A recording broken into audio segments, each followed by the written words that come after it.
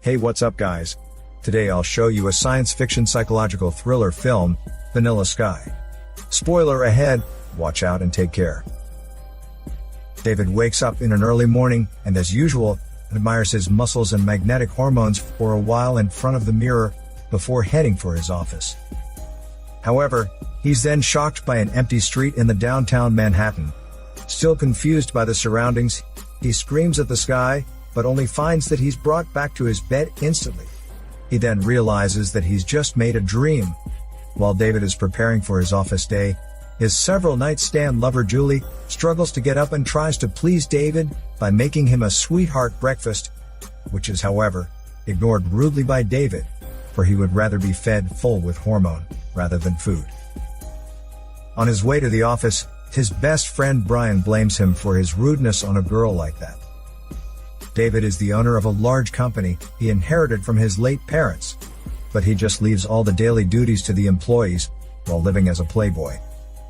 The directors of the company board, disappointed much and believing that David is not a qualified successor, are seeking chances to kick him out of the company. In the present, under the interview with the court psychologist, David believes that he's been set up by the board directors with a car accident which makes his face disfigured and causes the death of his lover Julie. The psychologist, however, tries to encourage David to recall some missing memories that he has hidden up due to his trauma from the car accident.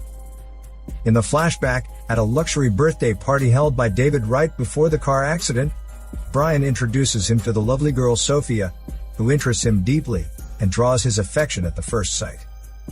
Meanwhile, facing the distractions from his current lover Julie, he knows he has to get rid of her first before he can totally focus on his new crush girl. While being hooked by David's magnetic hormones, Sophia later invites David to her home, where she shows him her paintings and a boring TV show, introducing new technology to place people with terminal illness into dormancy. They spend a wonderful night subsequently, sharing common topics and respective dreams, and falling in love quickly. As their relationship grows, David finds himself motivated a lot by his destined girl, so he makes up his mind to say goodbye to his playboy past. The next day, however, as David leaves Sophia's apartment, he's astonished to find Julie has followed them there and insists on offering him a ride. Feeling sorry for the old lover, David takes her ride, despite his hesitation for a while. But later, he finds that Julie is unwilling to give up their relationship and starts to complain he's spraying hormones everywhere on the new girls. Frightened by the emotional Julie on her driving, David tries to appease her, but to no avail. Julie loses control of herself finally. She steps on the gas and crashes the car off a bridge on purpose, killing herself instantly and drastically disfiguring David. Survived from the accident, David is horrified by his own face and begs the doctors to do something for him at least.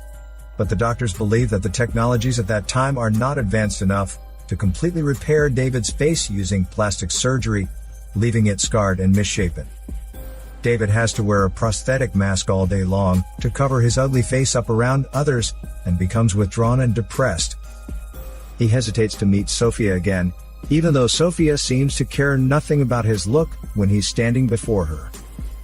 Brian convinces David to join him and Sophia at a club someday, but due to his increasing sensitivities, David ends up drunk and insults the two, believing instead that Sophia behaves like a stranger to him right now. Sophia turns impatient to the guy while getting challenged further. After the party, they part away separately. David can't get rid of Sophia in his mind, especially when he turns to suspect Sophia's passing affection to Brian. In fear of losing Sophia, he runs to her, but falls asleep on the street.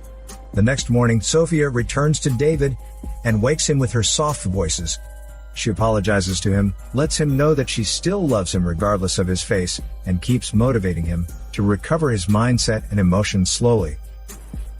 In the present, the psychologist tries to recall David of what the special character's LE actually means in his dreams.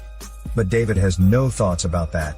The psychologist turns to reveal that his face has long since been turned to normal, but he's still unwilling to take off his mask, which brings David into a flashback when the doctors have found a way to surgically repair his face.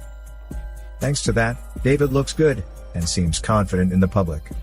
but he begins to notice something strange in his surroundings, such as the man at a restaurant who keeps staring at him, and the brief visions of his distorted face. One day while staying at Sophia's home, David wakes up next to Sophia, but moments later gets horrified to find himself facing Julie, who however, claims she's Sophia indeed. While in great shock, David hits her and ties her up for her lie, causing him to be arrested by the police. Much to his confusion, the police proves to David that the girl he hit badly is actually Sophia. David is later bailed out by Brian, who however, also proves to him that the girl is Sophia. But David is still unwilling to trust what he's been told, and claims that this is all set up by Brian and the company directors. Brian is disappointed much by his friend, and determined to leave him alone. David later pays a visit to the club, where he happens to meet the strange man staring at him days ago. The man just mentions that he could freely control the world and everyone in it, which has proved to be the exact case. When David notices people there, all stop their talking immediately, under his instructions. As the interviews go further with the psychologist, David begins to recall his killing of Sophia. In the flashback, he rushes to Sophia's home in a great panic, where he sees all the photos of Sophia's face replaced by Julie's. Much to his confusion, the real Sophia shows up suddenly before him. They hug and let go of their hormones directly without any kiss. But David is soon freaked out to find that Sophia changes to Julie again. Out of confusion and fear, he suffocates the haunted Julie to death. Back to the present, the psychologist tries to calm David down by explaining to him that, due to his feeling deeply guilty of Julie's death, he can't overpower his mind sometimes, and hence mistakes Sophia for Julie. After all the interviews, David is left for the upcoming court hearing. But he happens to learn the news about the life extension technologies on a television, recalling him instantly of the familiar name, L.E. in his dreams. So he stops the psychologist immediately, and asks the psychologist to take him to the life extension company, where the company representative explains how life extension uses cryonic suspension to save those with terminal illnesses until a cure can be found in the future. In that way, their bodies are kept frozen, while their brains are kept in a lucid dream state to exercise their mind, meaning that they can actually control the world and their dreams freely, which however, are vulnerable to the nightmares, due to the strong adverse influence of their subconscious. If that happens, the tech support would be required to fix that problem. David takes off his mask, and finds his still disfigured face. He then realizes that he's currently in his own lucid dream. He then escapes out while calling for the tech support. He rushes for the building's lobby, which is suddenly empty.